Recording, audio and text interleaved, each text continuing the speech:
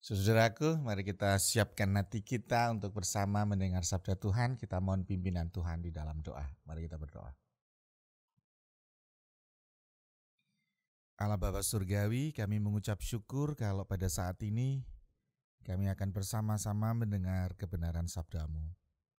Urapilah kami semua Bapa agar kami dimampukan untuk meyakini kebenaran sabda-Mu dan kami hidup dalam terang sabda-Mu. Di dalam nama Tuhan Yesus kami memohon. Amin. Saudaraku, bacaan kita pada saat ini dari Injil Matius pasal 22 ayat 15 sampai 22. Injil Matius pasal 22 ayat 15 sampai 22, Lembaga Alkitab Indonesia memberi judul perikop ini tentang membayar pajak kepada kaisar. Yang demikian. Kemudian pergilah orang-orang Farisi.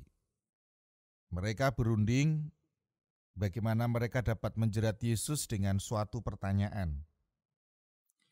Mereka menyuruh murid-murid mereka bersama-sama orang-orang Herodian bertanya kepadanya, "Guru, kami tahu engkau adalah seorang yang jujur dan dengan jujur mengajar jalan Allah dan engkau tidak takut kepada siapapun juga sebab engkau tidak mencari muka. Katakanlah kepada kami pendapatmu, apakah diperbolehkan membayar pajak kepada kaisar atau tidak?" Tetapi Yesus mengetahui kejahatan hati mereka itu lalu berkata, "Mengapa kamu mencobai aku, hai orang-orang munafik? Tunjukkanlah kepadaku mata uang untuk pajak itu." Mereka membawa suatu dinar kepadanya. Maka ia bertanya kepada mereka, "Gambar dan tulisan siapakah ini?" Jawab mereka, "Gambar dan tulisan kaisar." Lalu kata Yesus kepada mereka, "Berikanlah kepada kaisar apa yang wajib kamu berikan kepada kaisar, dan kepada Allah apa yang wajib kamu berikan kepada Allah." Mendengar itu heranlah mereka dan meninggalkan Yesus lalu pergi. Demikianlah sabda Tuhan. Saudaraku, saya memberi tema renungan pada saat ini adalah kelicikan versus kecerdikan. Kelicikan versus kecerdikan. Niat perubahan dalam kehidupan ini seringkali muncul, tetapi tidak selamanya diterima dengan baik. Sebuah kerinduan untuk memperbaiki apa yang tidak baik, memperbaharui apa yang salah, tidak selamanya mendapatkan tanggapan yang baik. Terutama tanggapan dari orang-orang yang merasa resah terhadap perubahan tersebut. Seringkali mengupayakan bagaimana perubahan itu jangan sampai terjadi. Meskipun sebenarnya dia tahu bahwa perubahan itu baik. Dalam Injil yang kita dengar saat ini mengajarkan juga bagaimana orang-orang bahkan bisa bersikap licik ketika merasa bahwa perubahan yang akan terjadi itu mengganggu dan menyebabkan ketidaknyamanan bagi dirinya. Dikisahkan dalam Injil Matius 22 ayat 15 sampai 22 ini, orang-orang Farisi yang terusik dengan ajaran, dengan karya Tuhan Yesus, perubahan-perubahan yang ditawarkan oleh Tuhan Yesus, sungguh merasa bahwa perubahan itu akan mengganggu stabilitas kehidupan sosial dan jabatan orang-orang Farisi ini di tengah masyarakat. Mereka bukan mendorong dan menerima perubahan itu, tetapi serta-merta mereka berupaya bagaimana mencegah perubahan itu dengan cara bagaimana mencegah jangan sampai Tuhan Yesus ini semakin diakui oleh orang banyak. Hal licik yang mereka lakukan untuk menghambat karya Tuhan Yesus adalah menjebak Tuhan Yesus. Mereka mengajak orang-orang Herodian.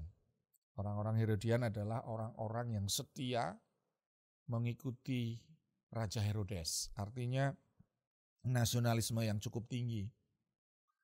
Dan memberikan sebuah pertanyaan kepada Tuhan Yesus. Bolehkah membayar pajak kepada Kaisar? Pertanyaan ini sebenarnya adalah jebakan karena menjawab boleh salah, menjawab tidak boleh pun bisa disalahkan. Mengapa? Kalau menjawab boleh berarti Tuhan Yesus bukanlah bagian dari masyarakat yang merindukan pada waktu itu adalah pembebasan dari penjajahan bangsa Romawi. Artinya tunduk pada Kaisar.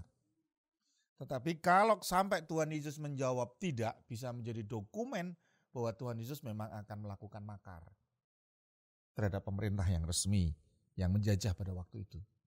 Oleh karenanya, ini adalah sebuah pertanyaan yang sebenarnya tidak membutuhkan sebuah jawaban karena mereka tahu jawaban apapun yang dipilih oleh Tuhan Yesus ini akan menjatuhkan Tuhan Yesus.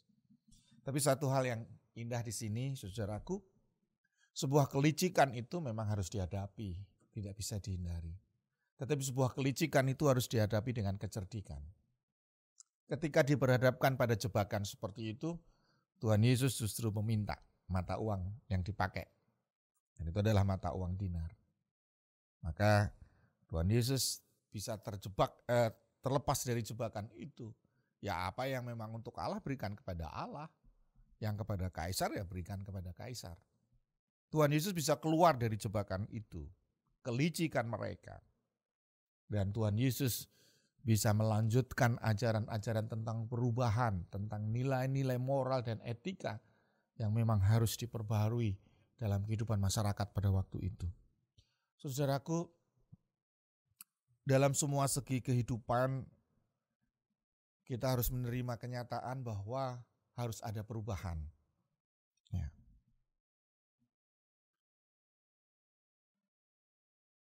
Firman Tuhan pada saat ini mengajar kepada kita. Mari kita belajar untuk menjadi orang-orang yang rendah hati. Orang-orang yang siap menerima perubahan. Karena perubahan itu sendiri adalah sesuatu yang tidak bisa kita pungkiri dalam kehidupan ini. Dan kita diingatkan jangan sampai kita berlaku seperti orang-orang Farisi ini. Yang justru mencegah dan menghambat sebuah perubahan-perubahan baik. Karena merasa bahwa perubahan-perubahan itu akan merugikan kita.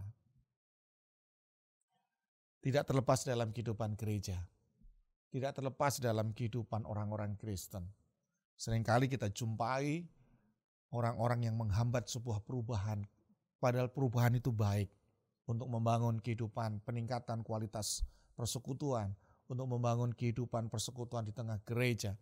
Tetapi karena orang merasa perubahan itu merendahkan dirinya, perubahan itu mengganggu misalnya jabatan, kekuasaan dan pengaruh yang selama ini dimiliki. Seringkali orang-orang ini berlaku licik untuk menghambat perubahan. Bisa jadi saya dan saudara adalah orang-orang itu. Ketika perubahan-perubahan terjadi di gereja kita, kita merasa resah, lalu justru kita berbuat licik, ingin menghambat perubahan itu. Tentu firman ini mengajak kepada kita. Jangan sampai kita justru menjadi orang seperti itu. Kalaupun kita harus menghadapi orang-orang yang licik, maka firman Tuhan pada saat ini mengajarkan kepada kita, teladan Tuhan Yesus. Mari belajar menjadi orang-orang yang cerdik. Kita tahu persis tentang arah perubahan-perubahan dalam kehidupan kita. Lalu kita bisa menjawab setiap hambatan, tantangan yang harus kita hadapi. Mari kita doakan perubahan-perubahan untuk negeri ini yang pada saat ini sedang dilakukan.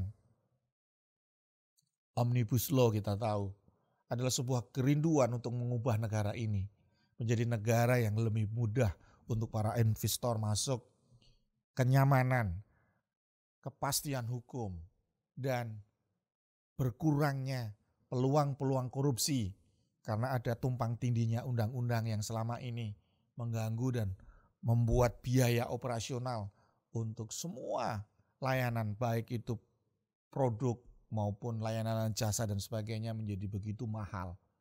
Terutama dalam perizinan.